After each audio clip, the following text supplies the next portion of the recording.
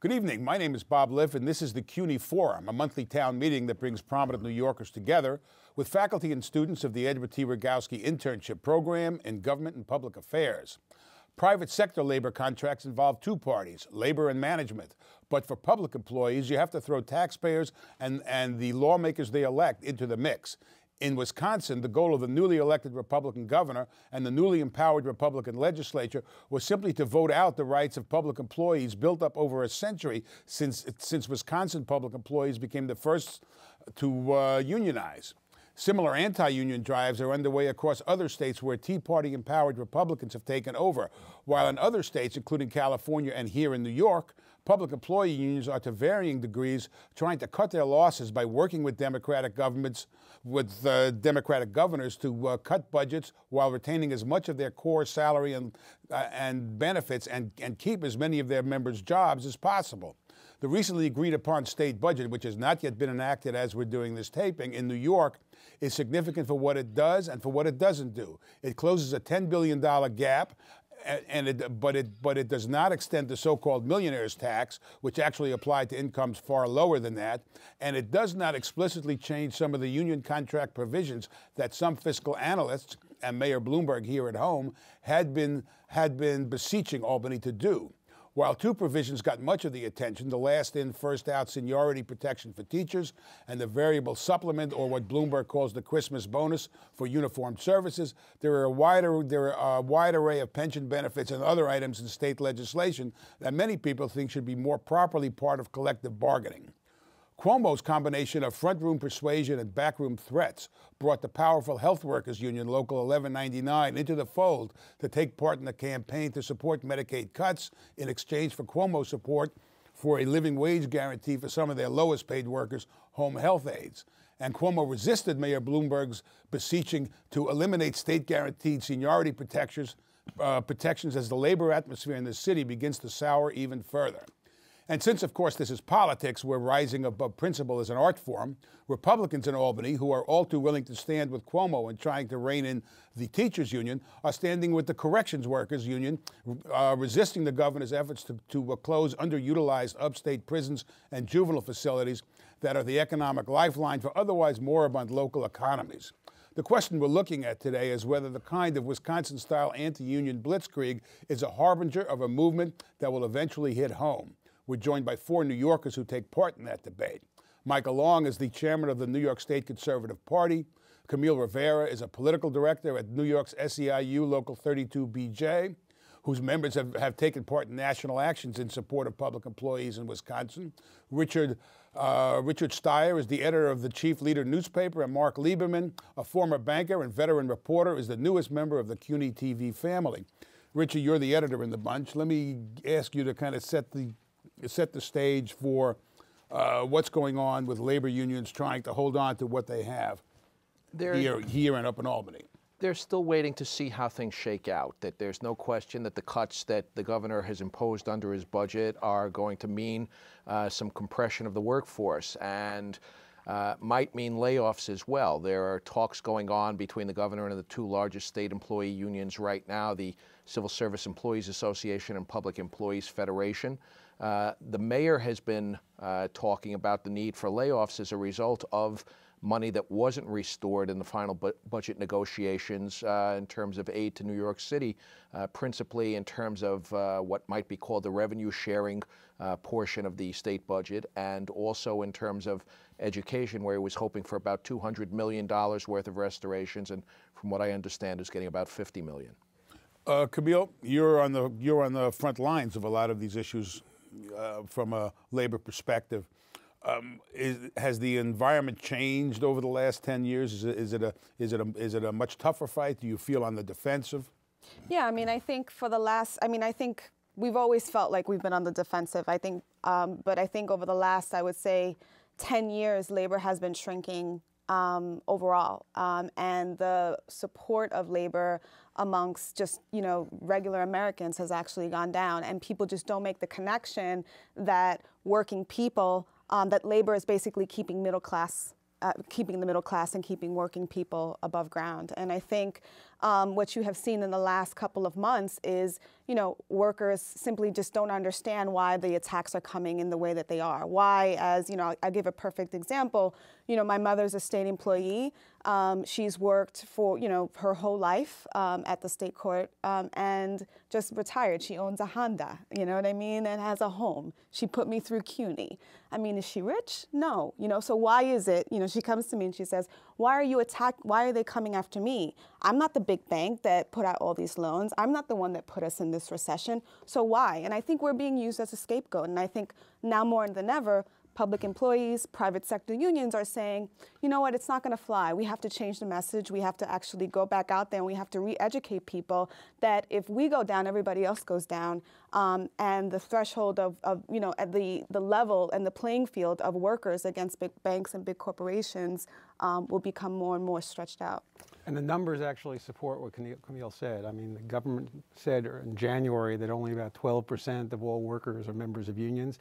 But on the flip side, the median earnings of unionized workers is about $900 a week, about $710 a week for non-union workers. Unions have been the pathway to the middle class. And I think one of the issues that I would address if I were a union leader now is not merely protecting for public employee unions, protecting what they have, but extending their reach further to the private sector. The answer is not to drive this wedge between two groups of workers, but to raise all people, all workers. Right. Mike, politics always makes strange bedfellows. In the Conservative Party, you seem a lot happier with the budget that the governor seems to be hammering through than a lot of Democrats, a lot of liberals. Well, look, I think the governor was faced with a reality that there was limited funds available.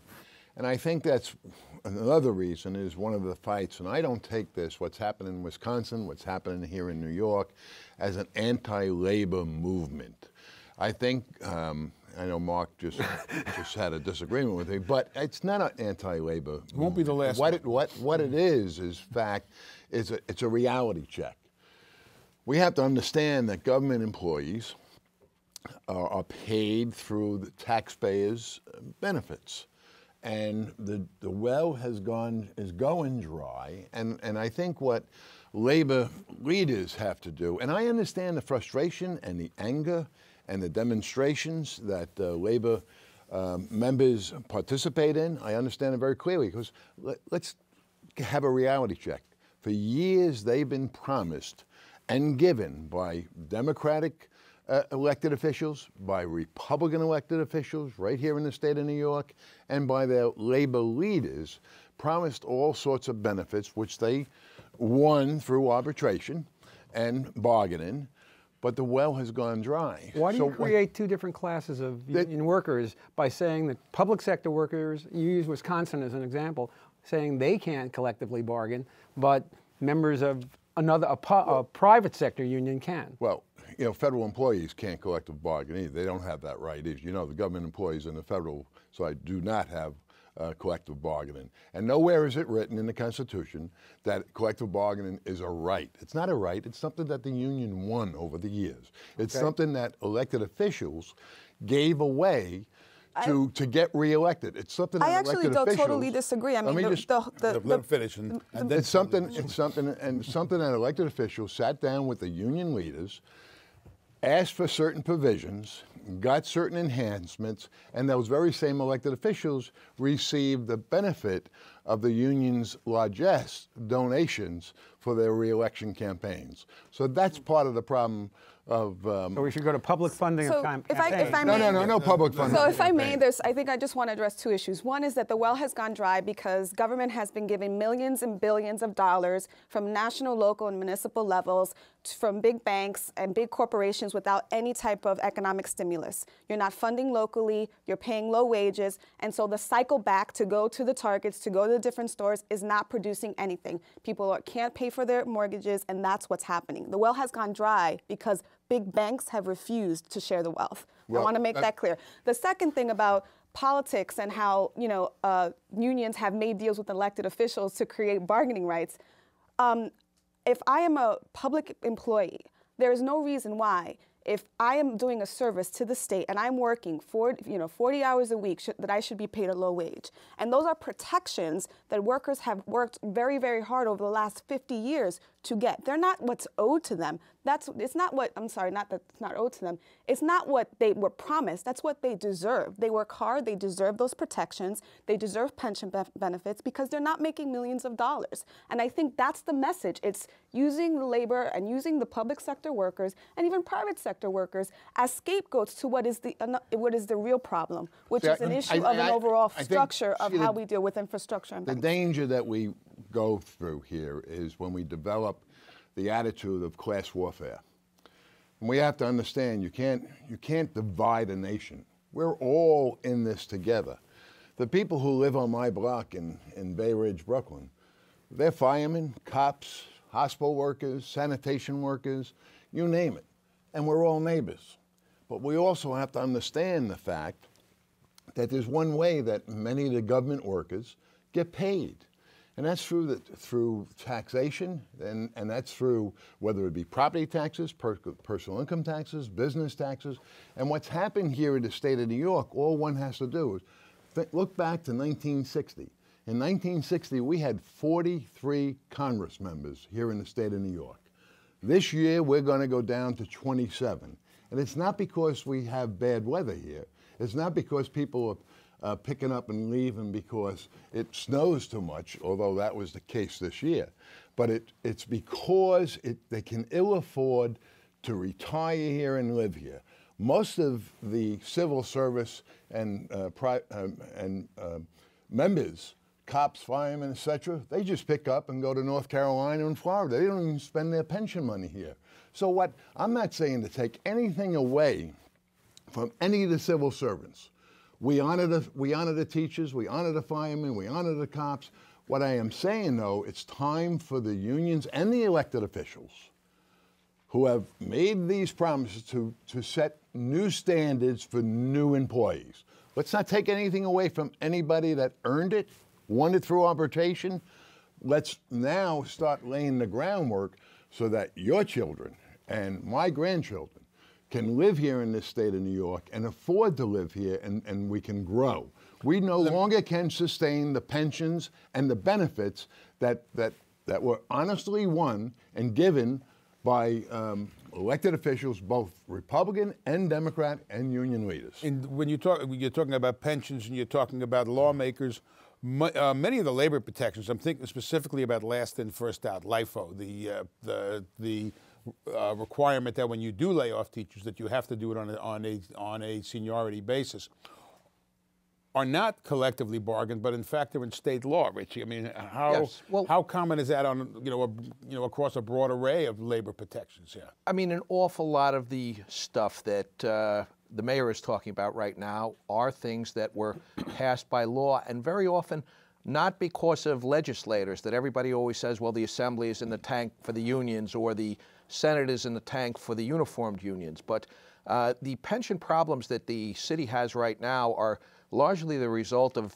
what, in retrospect, might be called short-sighted moves by Rudy Giuliani and George Pataki, both of them Republican elected officials who, back in 1999 and 2000, agreed to deals that basically allowed union people to stop paying into their pensions after 10 years, that guaranteed them a cost of living adjustment, and in return for that, they were able to take money that otherwise would have been contributed into the pension system and use it for other things. That you had a stock market boom at the time, and the coffers of the systems were flush.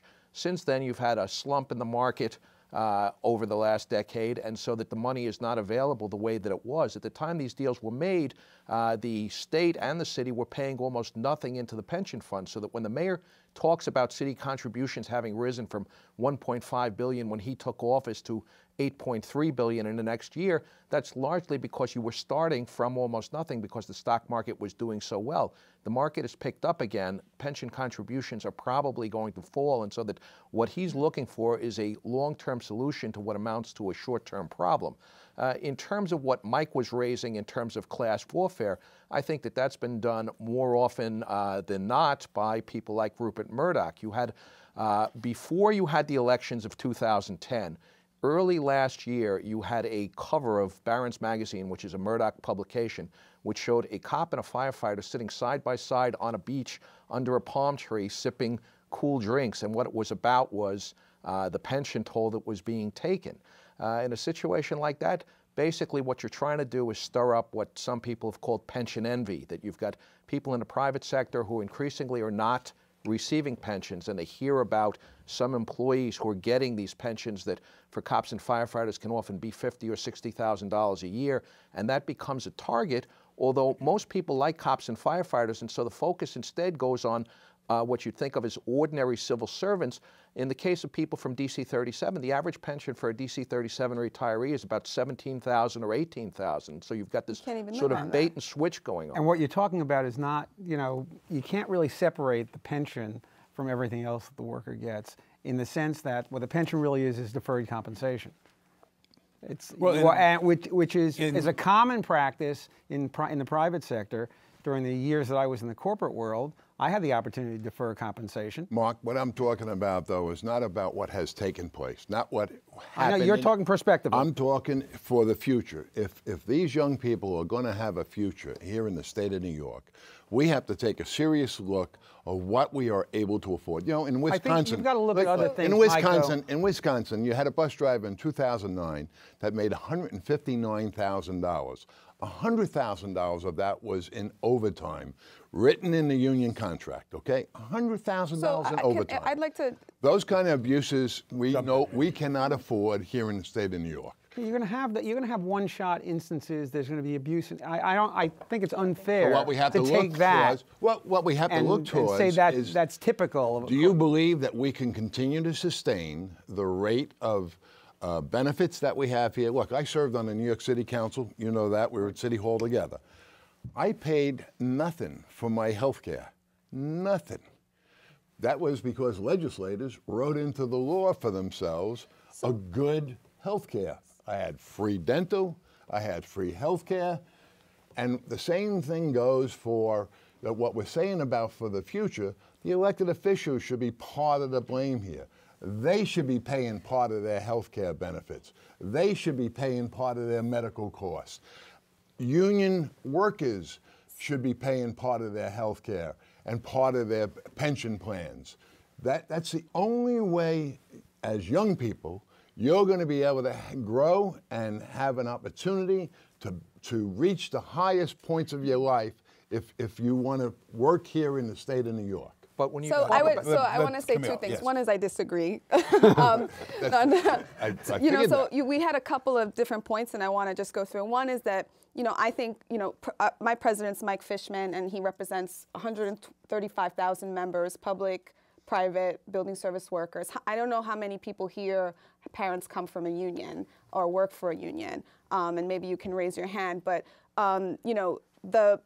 so then you obviously know that it's a path to middle class, that you wouldn't be here if you didn't have the support, or then you have a labor movement, or you didn't have a union that backed your parents up as they work. Now, if we think about infrastructure, and one of the things that my president has been talking about a lot about is the fact that there is an issue of pensions, right? We all know that. We are going to accept that. That's how we're going to move forward. And I think that, Mike Fishman has been definitely talking about how we partner with other organizations, with other businesses to figure out that pension structure, to think about infrastructure, to think about how we build jobs, but to think about how we build good jobs. You can't say, oh, it's labor's fault and you guys need to stop, you have to pay in your health care and you have to pay this and you have to pay that. It's about, if you are a big bank, if you are a big business, if you are a real estate owner, right, you are making a lot of money, right? You are making tons and tons of money. And sometimes you employ workers that are making $8 an hour. Sometimes, with no benefits and no health care whatsoever. So you have to create a threshold of protections for workers. If not, 50 to 60%, sometimes 70% of you would not be able to be here right now. And I think we have to create that, we have to understand that that's the reality, that the balance is there, and we need that balance. The difference here, the difference also is what's going on around the country. You look at Florida, just today I was reading a story, they're looking to, the governor down there is pressing the legislature to ban public employees from having their dues deducted, which is kind of a baseline that the way unions survive, because that's how they get the income to do everything that they do. In Wisconsin, the move was to ban collective bargaining over anything but wages, nothing to do with anything else. Do you expect that kind of pressure, that kind of attack, whatever word you want to use, going on here in We're already New York? seeing it. I mean, the Deputy Mayor Goldsmith has made a series of proposals to, and I hate to use the word reform because it's a politically charged word, but to change the civil service system. And a lot of the things he wants to change on behalf of the mayor are things that were collectively bargained. But he's taking what he thinks is an easier path by going through the legislature. Yeah, but Mark, it isn't that various leaders, governors, mayors, Andrew Cuomo, are against the working family. It's a fact of life that we are looking at the money that is coming into the state coffers, and it's coming into the city coffers. And it comes in through various sources, Mike. Look, I mean, let me finish. Look, in 1981, 1982, when I was on the city council, the budget of the city of New York was $11.4 billion. $11.4 billion. Here we are 30 years later. And it's over 60 billion. And it's over 60 million. It's 60 billion. 60 billion. Yeah. It's 6 times what it was back then. Life hasn't gotten better at that rate. We haven't enjoyed a better way of life here in the city of New York. If anything, we have less jobs, we have less opportunities. People have a harder job buying a home in various neighborhoods in the city of New York. And also, Mike, we have forced out of the city. Right, but Mike, we also have, excuse me, but we also have fewer unionized employees in the city, and we have a larger income gap. We have a larger stratified. Top 1%. I've heard banks and corporations been thrown at the table. This guy, and I have a record to prove it, is not for subsidizing banks, not for subsidizing corporations. That's part of the problem that we have, and I will agree with you on that. But at the same time, I'm not for the taxpayers subsidizing every municipal union member when the guy who may be working in Brooks Brothers is working just as hard as the local bus driver and is trying to make ends meet, pay his rent or pay his mortgage. So therefore, why should he have to finance all the city employees or the state employees? But Mike, so when you talk about taking money, when you talk about taking money out of the economy, you're not accounting for the results of the tax cuts that began with Reagan and that continued in overdrive with George W. Bush. That it's something that ultimately, when Reagan took office and the top tax rate was 70%, you could argue that rich people were subject to confiscation to a certain extent. Well, you've brought it down, but it keeps on going down, and that's where a lot of the money is going. That and shipping jobs overseas. That you can't discount that in terms of the problems that you have. That the unions will argue that the problems you're experiencing right now are a result of the Wall Street meltdown, rather than something that they did or that their pensions created. So if I may, can I just say one thing? Let me just finish and respond. He addressed it to me. Yeah, but I think... Let's jump right in there. Richie, we do not have a tax problem here in the state of New York or in the nation. What we have is a spending problem. That government spends entirely too much money, and that money, they don't just print it. It has to come from somebody somewhere. And guess what, folks? When you go out for your job and you get the W-2 form and you look at all the deductions coming out of your paycheck, it's government that's taking the money, recycling it, and so it's not a tax problem. But it's a spending problem. If you look at what's happened in terms of wages over the last 40 years, ordinary workers' wages have basically stayed flat once you adjust for inflation. That what has skyrocketed has been exexitive compensation. And corporate profits. Let me let Camille jump in. Can I? Yeah, please. Okay, I just want to make sure. So I would say, I tried not to, but I got cut off. So I would say there's a couple things. I think you're absolutely right. Wages have stagnated. They have gone down. And big corporations and executive pay has skyrocketed through the roof, right? And so there's no protections for workers. And I think that's something that we really have to understand. On the issue of the messaging, there's tons of ways to create revenue in the state. you know, the governor just killed a millionaire's tax that was creating I think it was $6 billion in revenue, in potential revenue. They have $6 billion that they're not going to have next year to deal with the budget, right? So what are they doing? They're looking at public sector workers, and excuse me, and I have no problems with big corporations and executives and accountants and so forth, but there's a difference between driving a bus, right, and driving a bus with like 40 screaming kids, or a cleaner cleaning a bathroom floor, and a person that's sitting at a desk. And there's a difference in that. And you see it in the pay scale. So all that workers are asking is to get the pay that they deserve. They're not asking for, you know, $80,000, $100,000. They're asking for, you know, a good salary, a good wage so that they could protect their kids, so that they could put their kids through college, and a decent pension so when their knees give out, right, they can be able to go and be grandkids and take care of their family. So I just, you know, I'm not going to throw out statistics. I think the statistics are clear.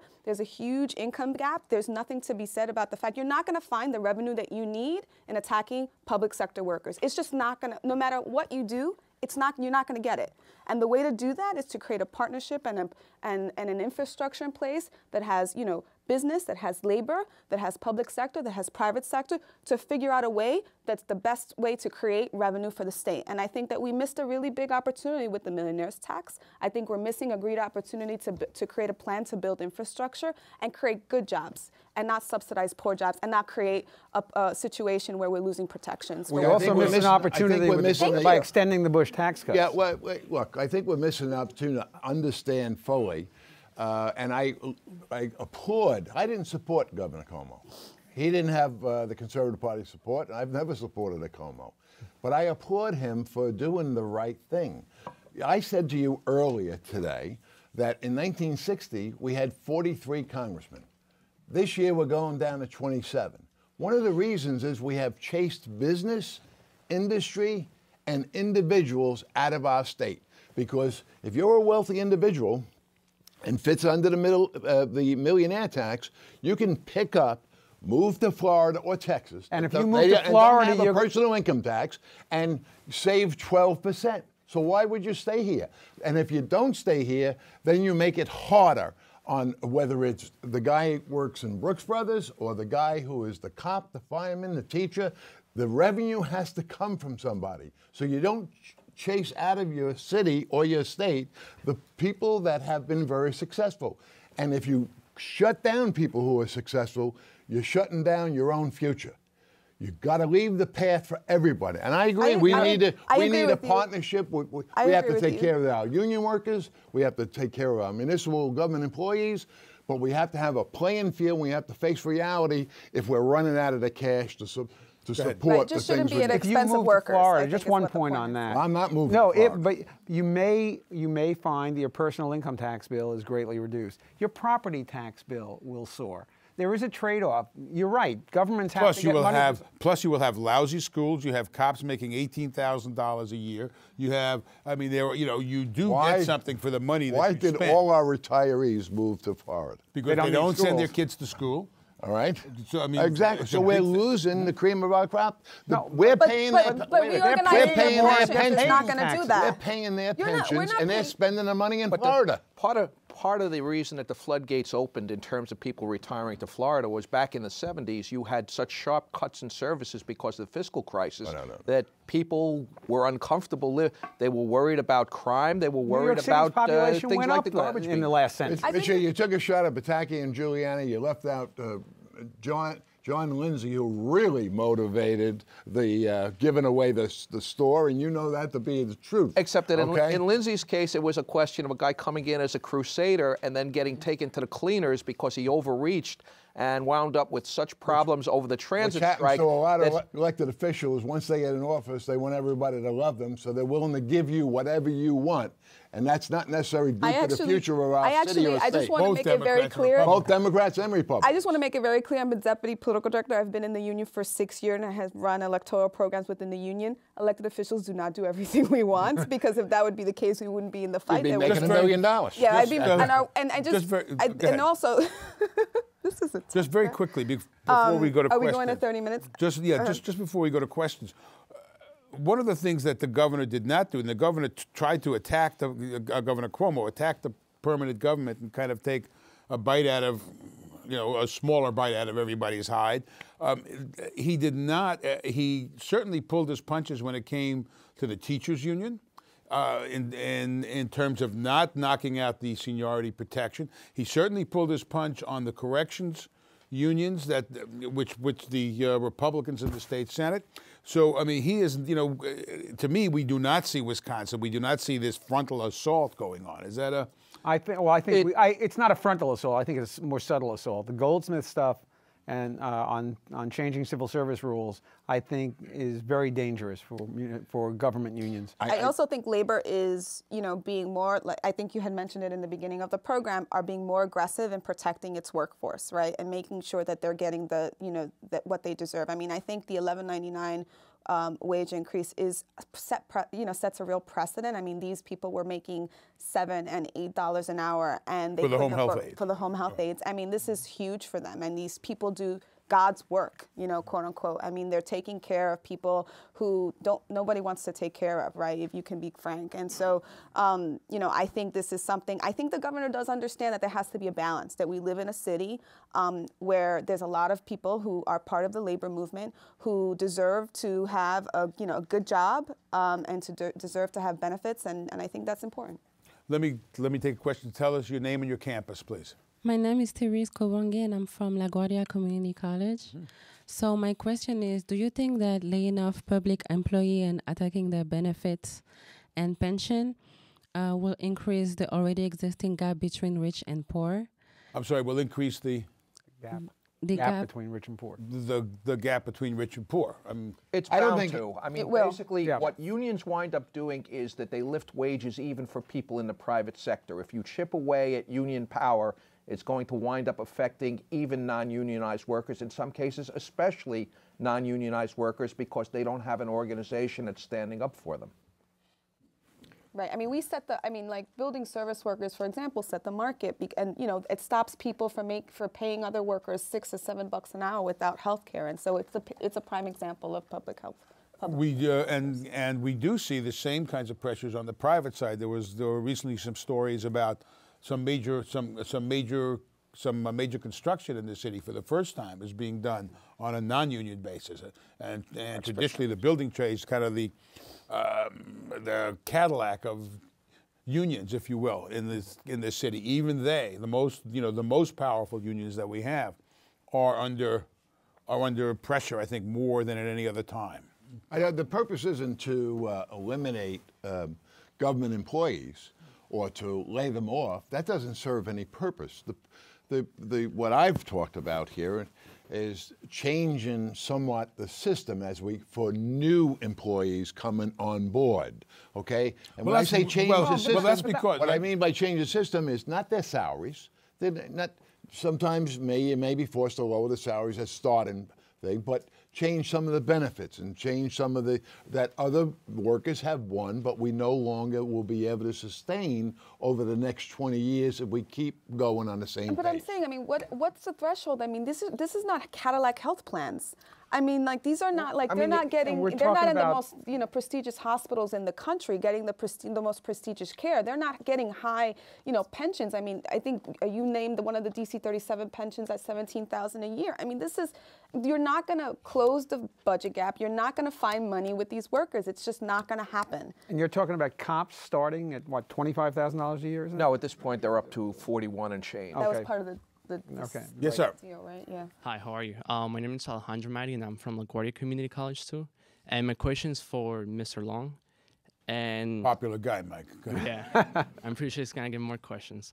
But I just want to say that I do agree with you that we're in a recession, and we're still in a recession, and we have to make sacrifices. And I do believe that public unions have to make sacrifices the same way that middle-class families are making sacrifices. But there's something that you said that really struck me, and it's that what should he finance the pensions of all city employees when you were talking about private sector employee? And that struck me because it's something that it goes back to, who we are as a nation and also you mentioned that we're all in this together and how, we're a country and we're all together. And I think that if you're in the private sector, you should pay your fair share of the tax the same way that if you're rich, you should pay your fair percentage of the tax depending on how much money you make. And the same way that, you know, public unions should make sacrifices, I think that as a country, we should all make sacrifices. And as a country, we should all be together when it comes to taxes. So my question is, why is it that the private sector, or why is it the rich, shouldn't they pay the fair amount of tax when it comes to their contributions to our state? Well, I think, let me just answer it this way. First of all, I think we should be, everyone should pay an even tax. You got to remember that A flat tax? More, I would be for a flat tax across the board in the entire nation. You got to remember that 5 or 6% of the people in the nation are paying the bulk of the taxes for across the nation. And I just want to, you know, I'm not a guy who is the head of a big corporation. I am the father of 9 children. I have 3 firemen, and 3 of my sons are firemen. One of my daughters is a school teacher. So I speak and I talk to them all the time around the dinner table. You got to be there on Sundays. It gets really, really good at times. But we talk about, and I worry about my sons who are all 3 firemen. And I tell them they have to be careful about putting their money away, because if we continue the pace we're going, there is a possibility that the well will go dry. And I know what the law says, that they're mandated to get their pension, but they could get a letter someday 20 years from now, 25 years, saying, folks, sorry to tell you, you're only going to get 50% or 75% of your pension.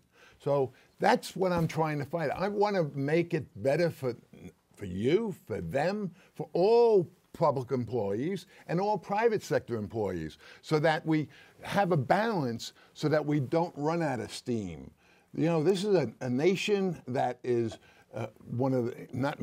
is the greatest nation in the entire world. That's why people bang down our doors to come here and live here and work here, because the freedom and the opportunity to make it to the top is here in this nation. And what we have to do, we just got to make sure that sometimes the scales tip. Sometimes corporations get greedy and cause some problems, and you got to pull that in. Sometimes unions get a little bit too much power and is causing a problem for budgets in various states throughout the nation.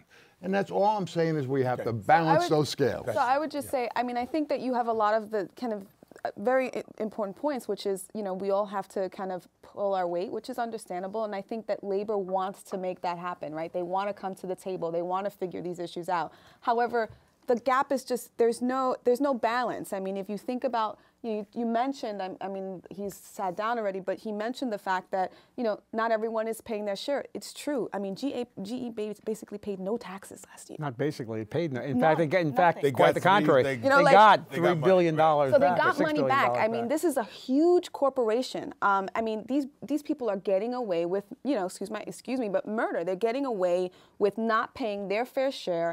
And the message is saying, well, you know what? It's not your problem. You can keep your money, and you know, and the other banks, you guys, it's okay that you're foreclosing on like everyone. There was a letter to the editor in the Times recently, and the more I thought about it, the more I agreed with it. Why don't we have an automatic tax, a minimum AMT, automatic minimum tax for corporations, as we did alternative minimum tax, as we did for high-earning individuals? Yes, ma'am.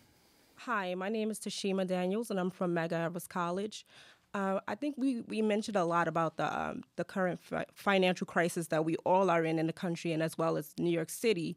My question is, a lot of people go into public service because there are protections under the union plan, and if there are significant cuts made, will that affect the pool of candidates that you have that may choose a career in public service? It's bound to. Absolutely. I mean, there are always people who go in and they pick careers, and very often they have other options, and they might find a job in the private sector that would pay them more, but in the private sector you're much more likely to be subject to layoff, or simply to be out of work for a period when work is slack if you're working in the construction industry. And so that if you take away the benefits, which for many of these people are a big part of the reason they decide to go into government, you are not going to attract some of those top candidates the way that you are and now. if you think about security officers basically guard the most important buildings across the city. They're the first responders.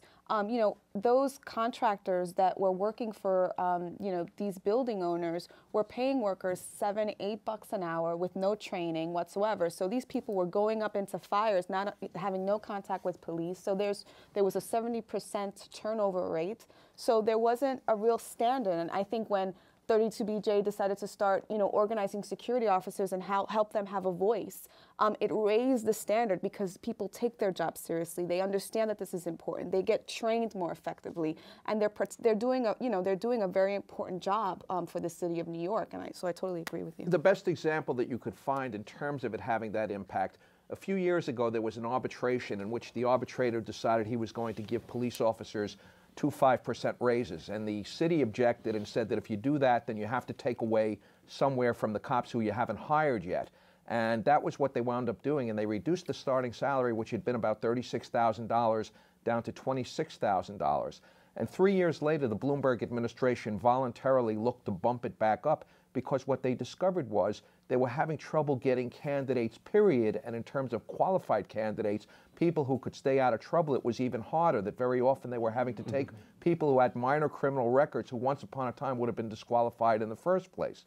So that, yes, there is a point at which people are just going to look at it as an IQ test and say, how am I going to support myself making $500 a week? The assumption on the part of Bloomberg administration was a lot of young cops are living at home and so it's not going to be a big deal. Well, guess what? It was a big deal. And you should be in I mean, I don't know if when Obama did his State of the Union address, and actually a colleague mentioned this to me, there was an article in the New York Times they're talking about that the fact that not everyone has to go to college, right? That there should be structures in place to figure out what are other things that people can do, right? That what are other things, what are other trades? And the fact is not that there's just other trades, but could I make enough money if I wanted to be a carpenter? I want to I don't want to go to college, I don't want to be in architecture, but I want to build buildings, right? I want to be a construction worker. Should I be paid a low wage?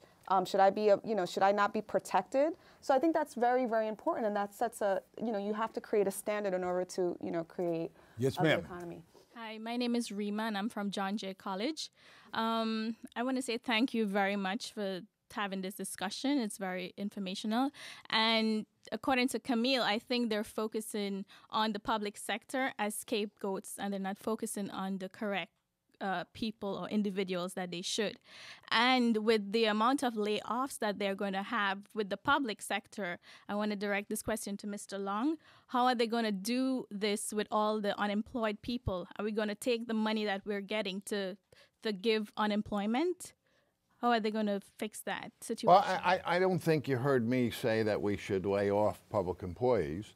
Just that they can't have protections. I don't think I said to lay off public employees. What I said was, and what I've been saying, I think, all night here, was that, in fact, that we have to face a reality here in New York State, that some of our unions, not all, some of our union workers, government workers, have achieved great goals through their arbitration or collective bargaining, and have great pensions, have great and through legislation where for what they couldn't win at collective bargaining, and through legislation, great health care plans, great benefits. And how they did that was sitting down with the union leaders, me being a union leader, promising all my workers that we're going to get you a 50% raise, going to see my elected officials, sitting down with them saying we need this bill passed. I promised my workers they're going to have this bill passed. Now, you got to do this for me, and if you do this for me, I'm going to make sure we pack your fundraiser.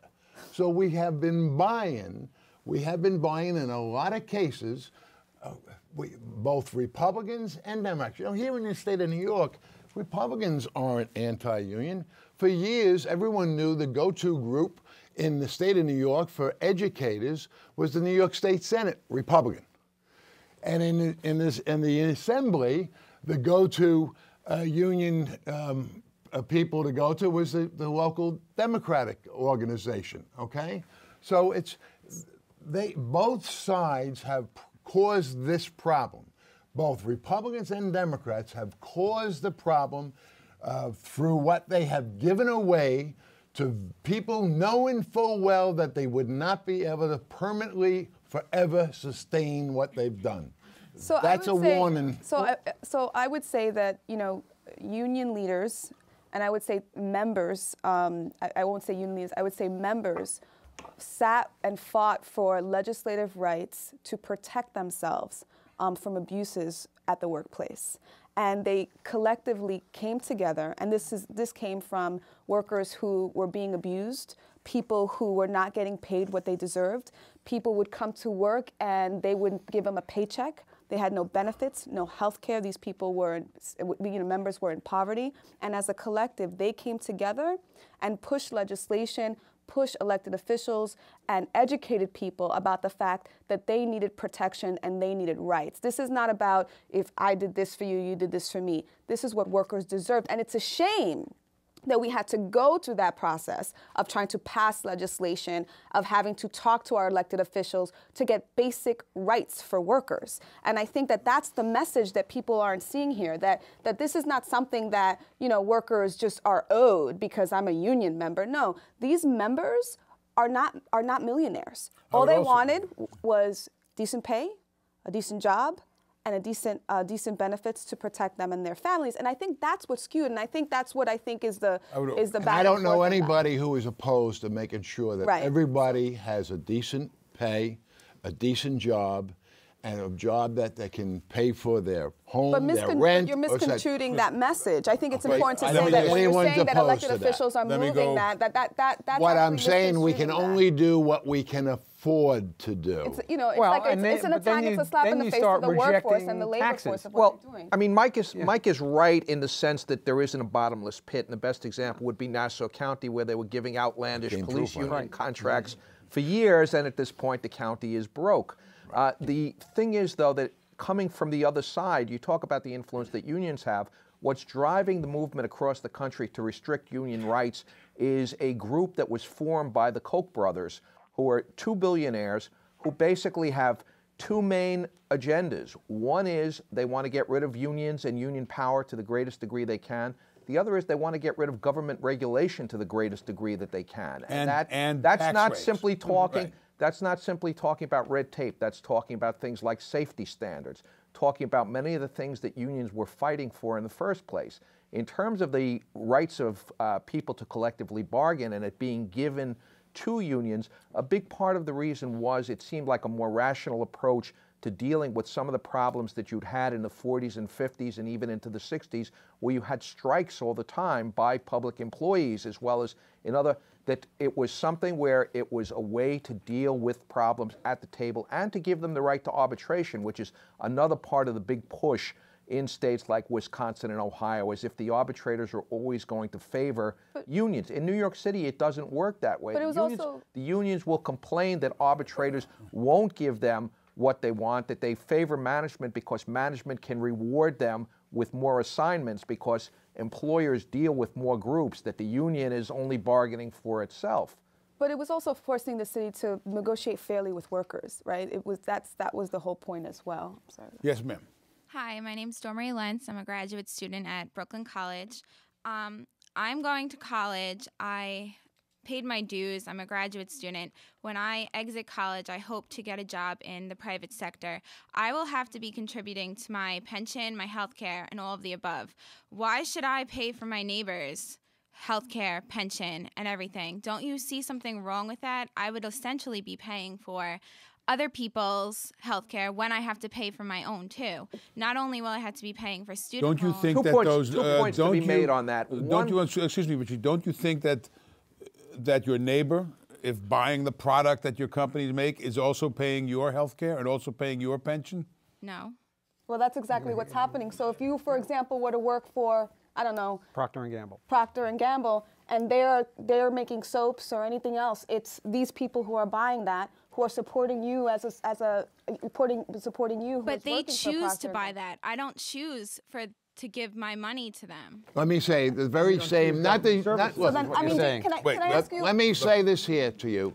Not the union workers, but the union leadership will be the very same people when you're working for Procter & Gamble after you get out of college.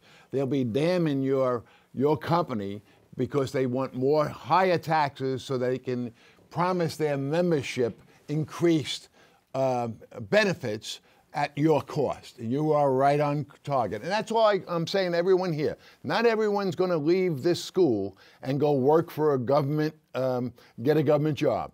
You're going to be working government jobs, private sector jobs, and I think there has to be a balance so that both sides can exist and survive.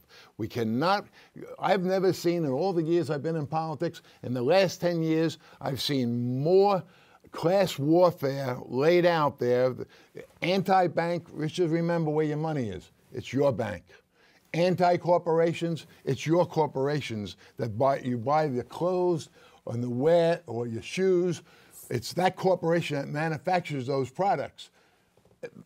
They have to live too. So I would Usually say in Thailand, though. So I would say two things. One is that they're not getting paid by, I think they're getting a wage that they deserve. They're working and they're getting a good wage and they deserve a good wage, just like that person who was just here would deserve a good wage for the job that they do. So that is, every person has a right to that. That's why Obama passed health care, right? So, that's very important. I mean, the second thing is Procter & Gamble and a number of pharmaceutical companies are a perfect example of, they have a low-wage workforce. They have cleaners that a lot of them have paid, with subcontractors, $7 or $8 an hour, where their executives are making $60, to $70 million a year. So I think we have to create what the balance is, what the threshold is. Let me go. Yes.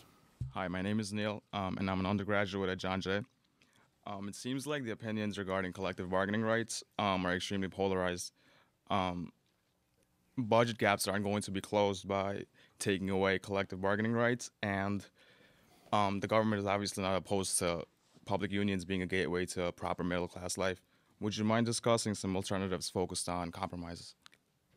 Well, I think that one alternative that you had out there was what Shelley Silver proposed in terms of the millionaire's tax. There were people who had complained that in New York, taxing people who make $200,000 a year or couples who make $300,000 a year is not going after rich people. It's going after people who are middle class or upper middle class. Silver had proposed discontinuing that and only applying it to people who actually make $1 million in the course of a year. The governor decided not to do that. Now, there were political reasons beyond the question of worrying about millionaires leaving town. And I think that one of them was, in terms of image, it looks very good for a Democrat who's the son of a liberal governor to be seen as somebody who is looking out for wealthier people in the society. Whether it's ultimately good is another story. You could also argue that he was sending a message that was symbolic in terms of saying that we can't do things the way that we used to, and so that he wasn't looking to go with gimmicks. But it seemed to me that that was a reasonable alternative, and he decided to reject it. And you also have the mayor who is now crying about getting shortchanged by the state. He was not out there saying that this is a way to get more money for the city, that would have pulled in $706 million a year instead of the $4 or $5 billion that the current tax was pulling in. I mean, the mayor could have produced more money if he had stood and made a stand on it and looked to line up editorial support on it. He chose not to. We have less than 5 minutes, so let me try to get a few more questions in, please. Hi, my name is Angel Daniels, and I'm a graduate student from Brooklyn College. And my question is, in the midst of all of the chipping away at the public sector, are there, or do you think there are any revenue-generating components within this budget strategy? Well, I think Richard just mentioned a couple. The millionaire's tax. The millionaire's tax is a perfect example, and we've done this on the federal level as well by with the Bush tax cuts, extending them. Right. Well, one of the ways obviously is also to close loopholes. I mean, the tax code is rife with loopholes that,